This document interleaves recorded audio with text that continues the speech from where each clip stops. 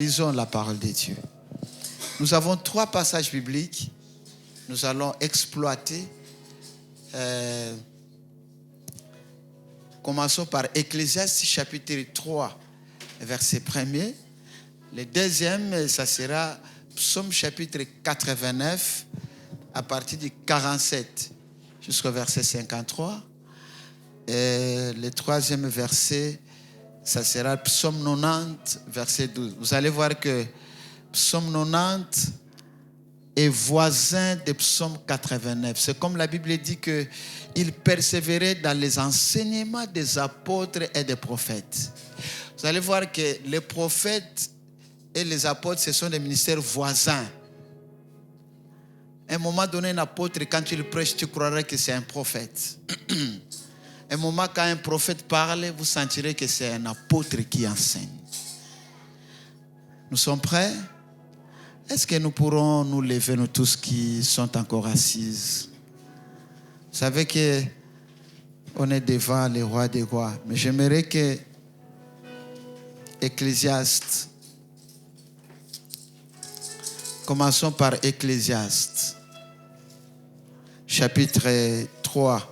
C'est un passage que j'ai toujours parlé. Ecclésiaste chapitre 3. Verset 1. Nous lisons la parole au nom de Jésus. Il y a un temps pour tout, un temps pour toutes choses sous les cieux. On peut ajouter un temps pour naître, un temps pour mourir, un temps pour planter, un temps pour arracher ce qui a été planté. Un temps pour tuer, un temps pour guérir, un temps pour abattre, un temps pour bâtir. On peut s'arrêter là. Allons-y vers Psaume, chapitre 89, verset 47 jusqu'au verset 53.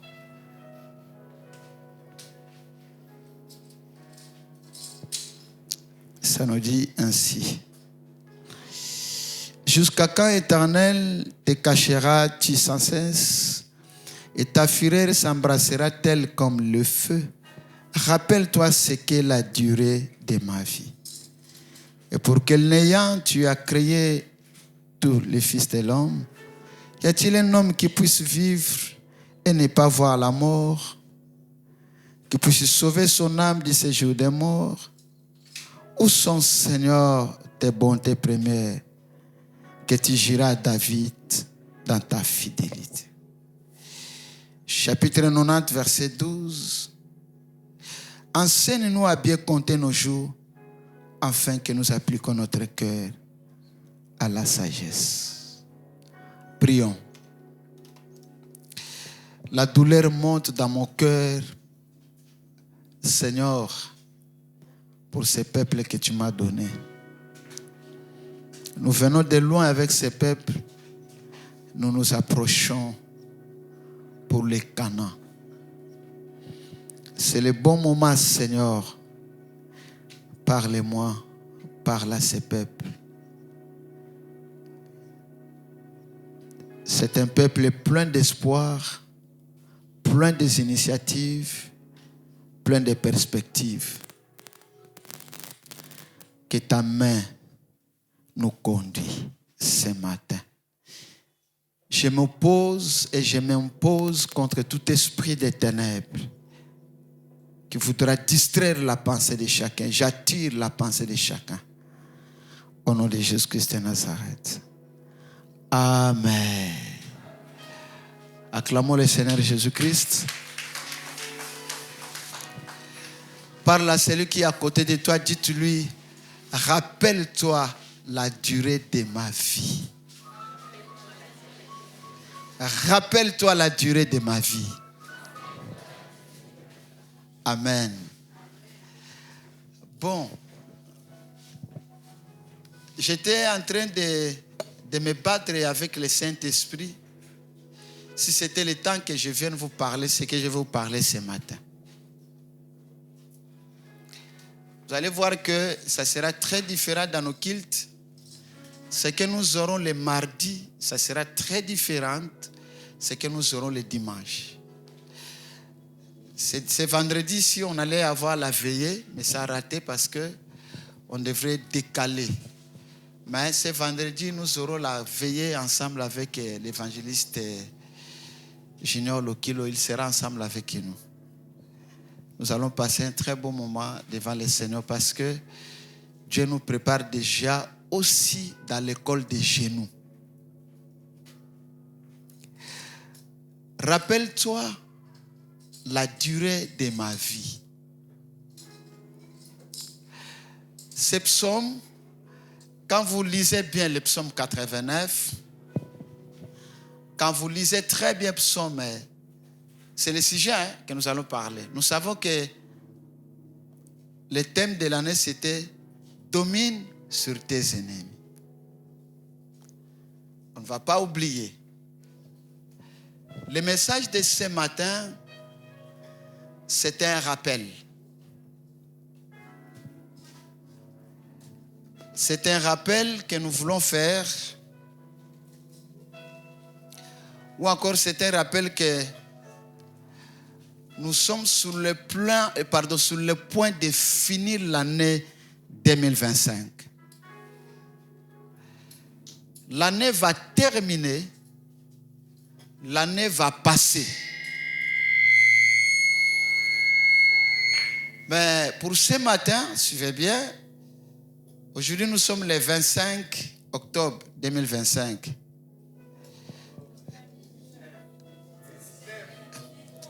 J'ai dit quoi? Le 19 octobre 2000. Très bien. C'est un rappel parce que l'année va passer, l'année va finir. Mais il y a certaines observations et des questions que chacun de nous devrait se poser. Comment rattraper les 2 mois qui nous restent? C'est dans ce contexte que je me suis senti responsable afin de nous rappeler d'où nous venons et d'où nous allons. Est-ce qu'on peut dire Amen?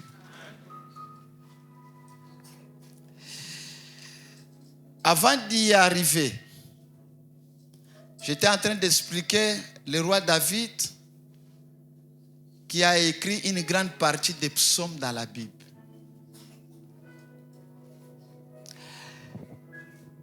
Mais le psaume 89, ce n'est pas lui qui a écrit. Le psaume 89, c'est un reçu des musiciens, des psalmistes ou des chantres.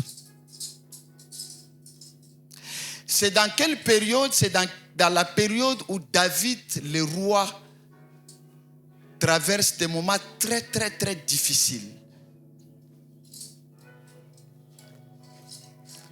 C'est dans cette période, son fils Absalom cherche sa mort. C'est dans cette période, David se sent abandonné pendant que Dieu l'appelait toujours l'homme selon mon cœur. David se retrouve dans un impasse. Mais maintenant, ceux qui écoutaient les promesses que Dieu avait dit à David, au niveau d'Israël,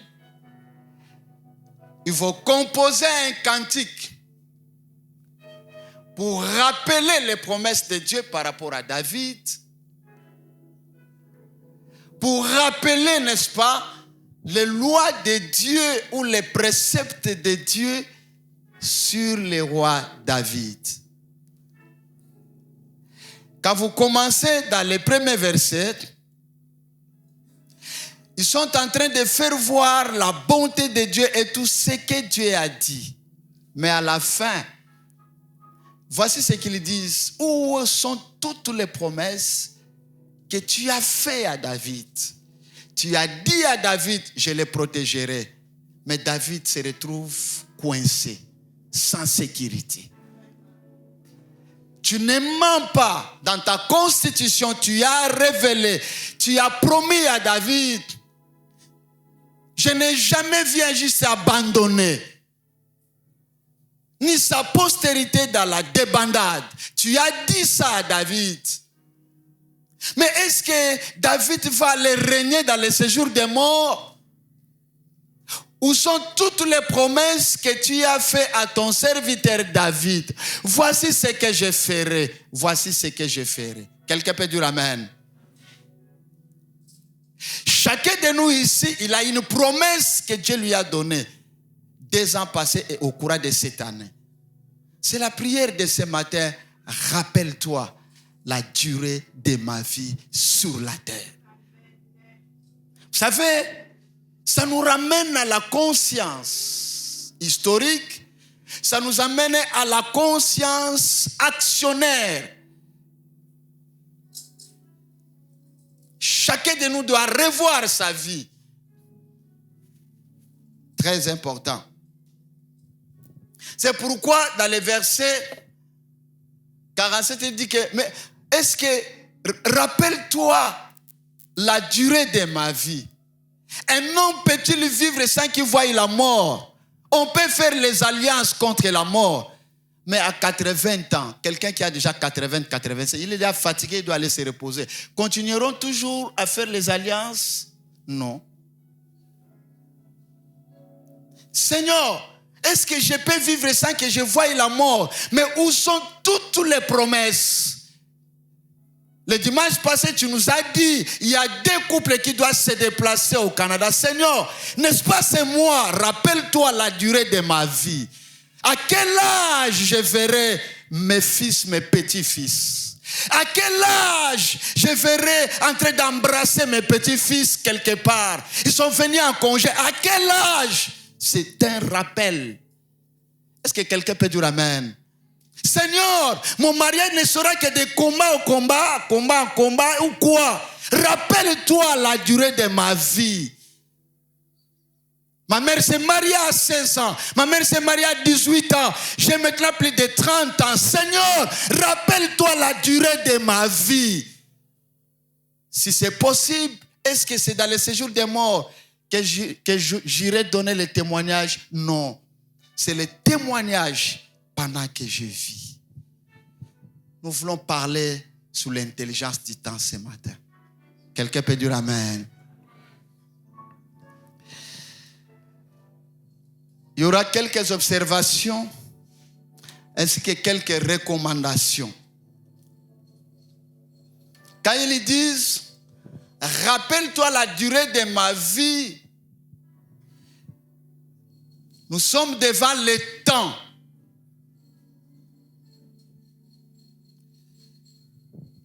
Écoute, la durée, c'est le temps.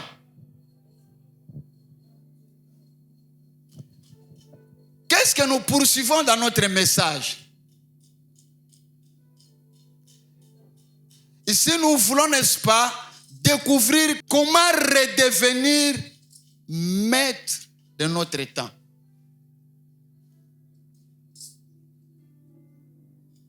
Pas devenir, mais comment redevenir le maître de notre temps. Nous allons découvrir quelques clés que je vais énumérer afin que nous puissions, ou encore comment maximiser notre temps. Écrivez ceci, très important. Le don le plus commun que Dieu a donné à tout homme, c'est le temps.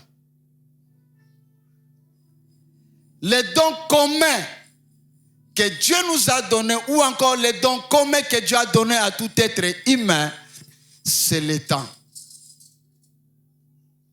C'est-à-dire, tous les êtres humains sur la terre ont un don en commun ou quelque chose en commun. C'est le temps. Nous sommes tous différents de taille, mais nous ne sommes pas tous différents du temps. Nous sommes tous différents de taille, différents du poids. Nous sommes tous différents de couleur de peau. Nous sommes tous différents de statut économique. Parce qu'il y a les pauvres, il y a les riches. Nous sommes, n'est-ce pas, distingués des familles, différents d'origine ethnique, différents de culture, etc. Mais nous ne sommes pas différents du temps. La chose que nous partageons en commun, c'est le temps. C'est pourquoi le temps est très capital. Le temps est très important dans notre vie. Je vais vous pousser de vous dire, tu n'as pas droit que quelqu'un puisse arracher ton temps inutilement. Je vais te révolutionner ce matin, que tu n'as pas besoin que quelqu'un puisse voler ton temps inutilement. Au niveau du travail, est-ce que vous me comprenez? Au niveau des relations amoureuses, tu n'as pas besoin que quelqu'un puisse perdre tout ton temps. Parce que Ecclésiaste dit, Dieu fait toutes choses bon à son temps. Il y a un temps, il y a un temps. Il y a un temps, il y a un temps. Tu n'as pas besoin même dans les affaires, quelqu'un puisse perdre ton temps. Que Dieu nous bénisse. Donc, la chose que nous partageons ensemble, c'est le temps. Pourquoi le temps est très important? Parce que ce que vous êtes et ce que vous deviendrez dépend de la façon dont vous utilisez votre temps. Ce que vous êtes le fruit du temps. Est-ce que vous me comprenez? Et ce que vous deviendrez dépendra de la manière que vous utilisez votre temps. Très important. Vous et moi, nous avons la même quantité de temps. Que ce soit les milliardaires, que ce soit les mendiants. Chacun a 24 heures par jour. C'est un rappel. Vous allez voir que le psalmiste ici, il rappelle Dieu. Chacun de nous a 24 heures. Rappelle-toi la durée de ma vie. Que ce soit les milliardaires, que ce soit les pauvres, que ce soit les mendiants, chacun de nous a 24 heures par jour. Les vieux, les jeunes, les noirs, les blancs, les Indiens, les Asiatiques, les Africains, les Occidentaux, les Européens, nous avons tous en commun le même temps, 24 heures par jour. Chacun de nous doit, maintenant quand je te parle là, comment tu utilises ton 24 heures? Comment tu utilises ton 24 heures? Parce que chacun de nous, écrivez encore ceci.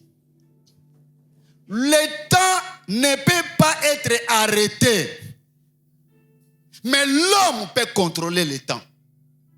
Tu vois, il est 10h12. Je ne vais pas arrêter le temps, mais je peux contrôler le temps.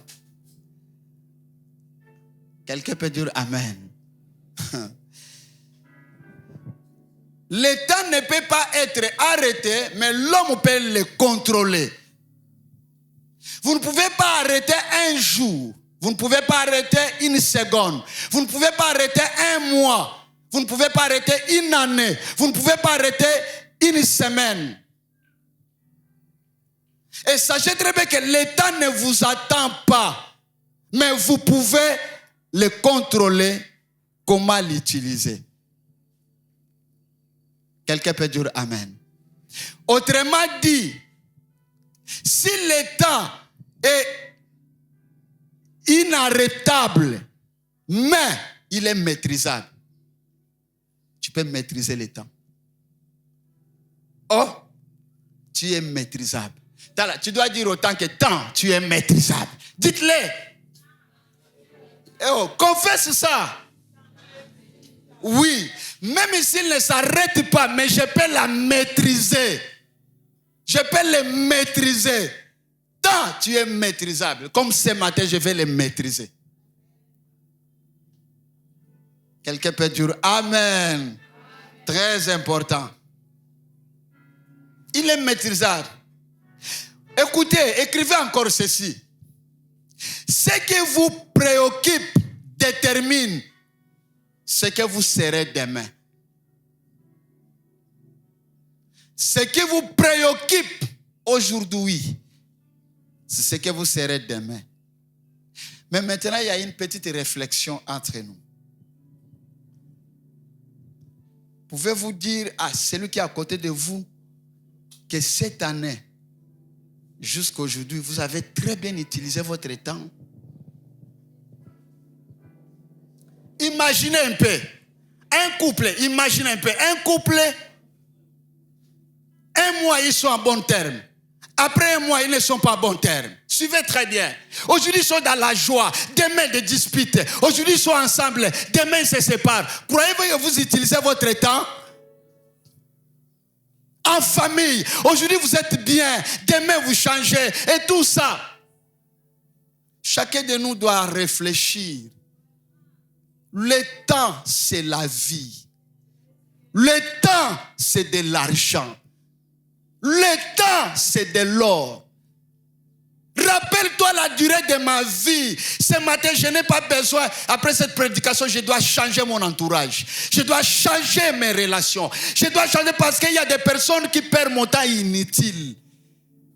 Tu vas te consacrer pour une personne, mais en fait, il te prend que du temps pour que demain, il ne produise rien.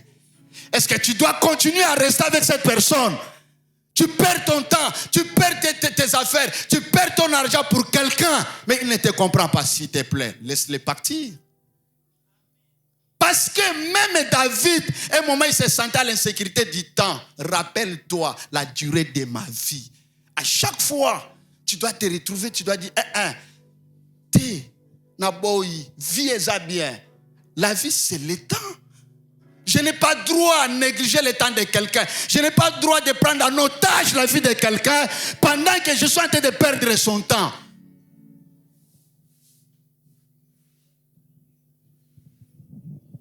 Rappelle-toi la durée de ma vie. Est-ce que tu as utilisé cette année d'une manière efficace, le temps que Dieu t'a donné? Et comment vous allez l'utiliser les 2 mois qui nous restent? Novembre et décembre. Car le temps, c'est la vie. Chaque année qui passe vous montre l'importance du temps. Ça vous montre l'importance du temps. Une année représente le passage du temps de nos vies. Et c'est une occasion, n'est-ce pas, de redéfinir vos priorités. C'est pourquoi chaque fois nous avons la nouvelle année. Pourquoi la nouvelle année?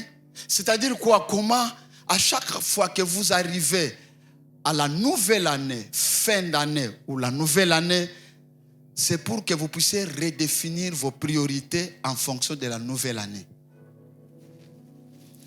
Voici quelques implications que j'appelle ça les implications missiologiques. C'est-à-dire que chacun de nous a une mission, mais quelques implications qui peuvent accompagner les implications du temps par rapport à votre mission.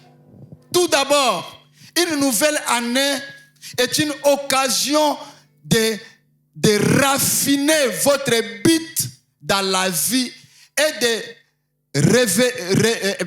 redéfinir votre direction. Normalement, déjà, le mois d'octobre, le mois de novembre, commencez déjà à planifier l'année 2026. C'est le bon moment.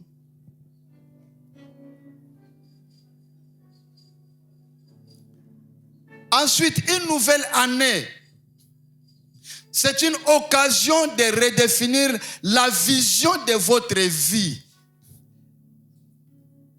et de voir si vous êtes toujours sur le bon chemin. Le mois de novembre et le mois de décembre, c'est le mois du bilan. Comment vous avez passé, chacun de nous, chaque département, chaque vie, tu dois faire le bilan. N'attendez pas le mois de décembre. C'est le mois de novembre, le mois de décembre, c'est le mois de bilan. Chacun de nous doit revoir les choses. Personne n'est éternel si Dieu seul est l'éternel. Je crois que tu vas dire amen.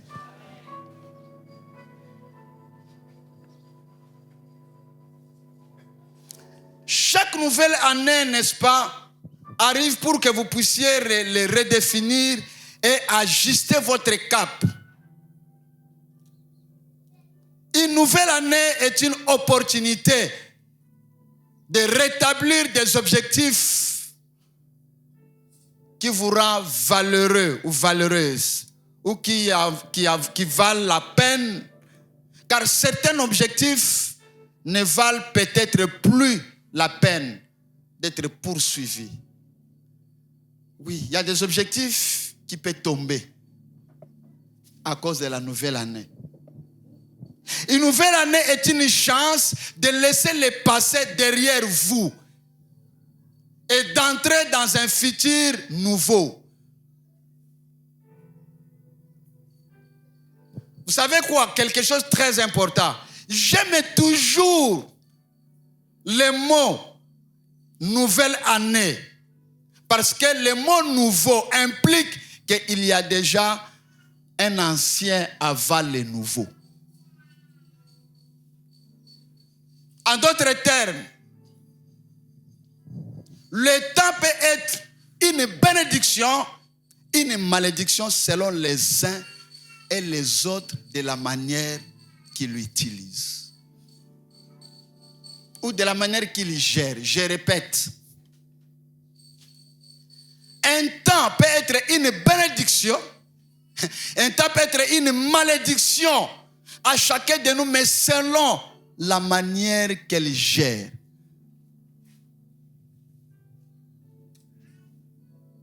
Très important.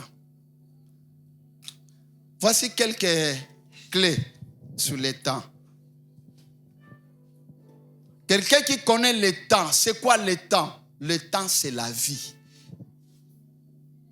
Je voulais quand même que nous allons vraiment dans cette allure, dans le calme. Le temps, c'est la vie. Je peux vous demander, tu as quel âge? Tu as quel âge? Tu me diras, j'ai 20 ans, j'ai 30 ans, j'ai 40 ans. Toi, tu vois ça. Mais quand moi, je suis en train de te poser ça, je cherche à découvrir, à vous faire voir quelle est votre durée sur la terre.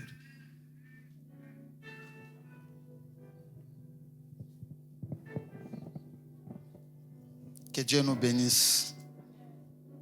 Très important. C'est très, très important. Nous définissons, comme j'ai dit que le temps c'est la vie. Nous définissons la vie par le temps. Comment tu dois définir la vie? C'est en fonction du temps. La vie est déterminée par le temps. Je répète encore, la vie est déterminée en fonction du temps. Et la vie se vit dans le temps. La vie est qualifiée par le temps. La vie aussi est le passage du temps. Ce que vous devenez dépend totalement de la manière dont vous utilisez votre temps. Et la vie aussi est arrêtée par le temps.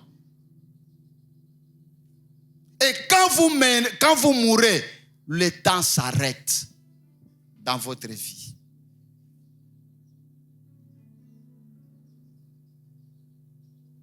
Très important. Ce matin, c'était seulement la réflexion. Comment chacun de nous utilise le temps?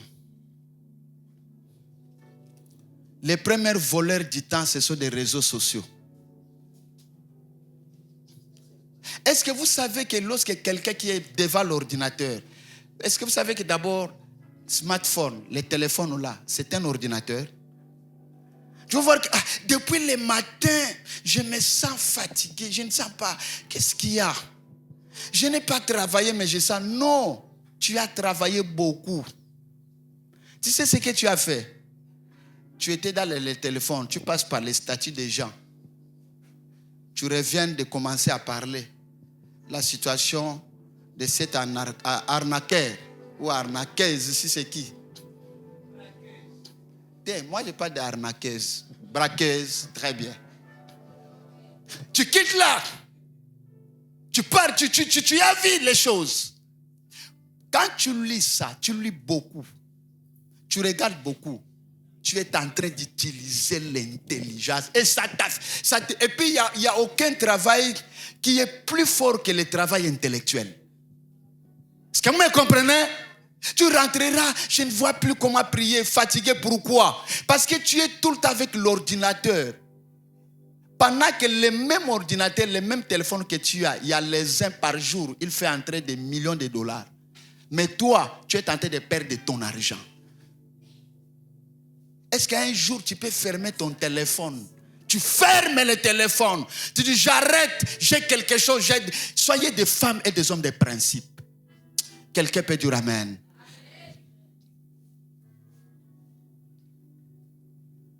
Les hommes d'affaires disent, the time is money. Le temps, c'est de l'argent. Celui qui a dit ça n'est pas un pauvre. Il connaît la valeur du temps.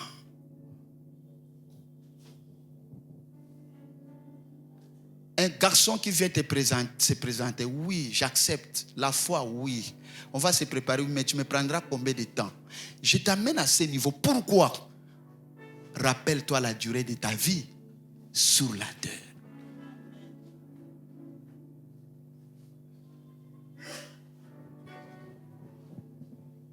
Que Dieu te bénisse.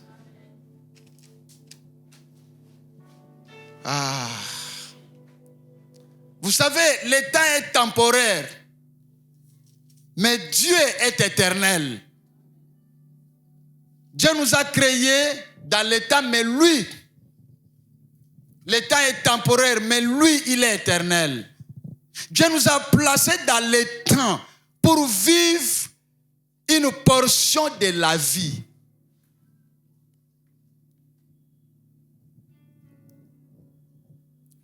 Voici ce que j'ai découvert encore sur le temps. Le temps est une interruption dans l'éternité. Le temps est une petite mesure de l'éternité. Le temps est un morceau de l'éternité, avec un début, avec un fin. Le temps est la période limitée que nous devons bien utiliser. Le temps est un acte ou un processus qui existe, qui découle Autrement dit, le temps est la mesure de l'espace. Revenons maintenant. Lorsque nous lisons Ecclésiaste, la Bible dit quoi? Il y a un temps pour toutes choses. Quelque part, il dit, il fait bon toutes choses. Dans d'autres versions, on dit, il fait belle. Toutes choses belles à son temps. Que ce soit les mots bons, que ce soit les mots belles, en hébreu, ça veut dire mature. Autrement dit, c'est qu'il mérite toutes choses au bon moment. Donc, si tu vois que la chose ne vient pas encore, c'est que ce n'est pas encore mûr pour toi. Quelqu'un peut dire amen. Dieu a créé le temps, mais Dieu ne vit pas dans le temps. Dieu vit dans l'éternité. Il a créé le temps pour rendre la vie plus facile. Est-ce que vous me comprenez? C'est pourquoi chacun de nous a une durée. Que personne ne vous trompe. Ce n'est pas une prophétie. Mais je peux dire quoi? Tout le monde parmi nous n'arriverait pas à 80 ans. Ça, je vous le dis. Je suis réaliste. Est-ce que vous me comprenez? Chacun de nous ici peut dépasser. Mais il y a un temps qu'on doit faire les choses. Il y a un temps pour servir Dieu. Il y a un temps pour se marier. Il y a un temps pour les affaires. Mais vous confondez beaucoup de choses. Le temps de dormir, toi tu regardes la télé. Le temps de regarder la télé, toi tu pries. C'est une confusion. Dieu nous a déjà bénis. Mais le problème c'est quoi? Chacun de nous ne sait pas utiliser le temps que Dieu lui a donné. J'insiste encore. Dieu nous a déjà visités, même à l'église. Mais le problème c'est quoi? C'est le temps qui va te faire fixer. Tu comprendras la saison que c'est ma saison en fonction de l'intelligence du temps. Vous savez, dans la Bible, c'était à l'époque de David. Il fallait qu'il aille à la guerre. Je me souviens, parmi les 12 tribus, chacun a une mission. J'oublie encore la tribu. J'oublie encore. Pour les uns, ils sont allés prendre les armes pour aller se combattre. Pour les autres, il fallait prendre des instruments de louange. J'oublie encore la tribu. Eux, ils avaient l'intelligence du temps. Je dis non. Ça, ce n'est pas le moment d'aller se battre. Ça, c'est le moment de la prière d'adoration. Pendant ce moment, non. J'ai chassé les démons, j'ai prié, mais maintenant, je ne peux qu'adorer Dieu. Les églises ne peuvent pas aussi nous récupérer tout notre temps. Non. On risque de créer des fanatiques au lieu des disciples. Est-ce que je dis à quelqu'un? Non, cher ami. Vous savez que si le pays est pauvre, c'est suite aussi à l'église qui contribue aussi à la pauvreté. Nous devons savoir comment réajuster, réactiver, comment encore refaire, redéfinir notre temps, même à l'église. Non, nous n'avons pas la notion du temps. Vous cherchez à aller en Russie, vous cherchez à aller aux États-Unis, là c'est le temps. S'il vous plaît, cher ami. Les pays qui se développent, ce sont les pays qui comprennent l'intelligence du temps, la valeur du temps.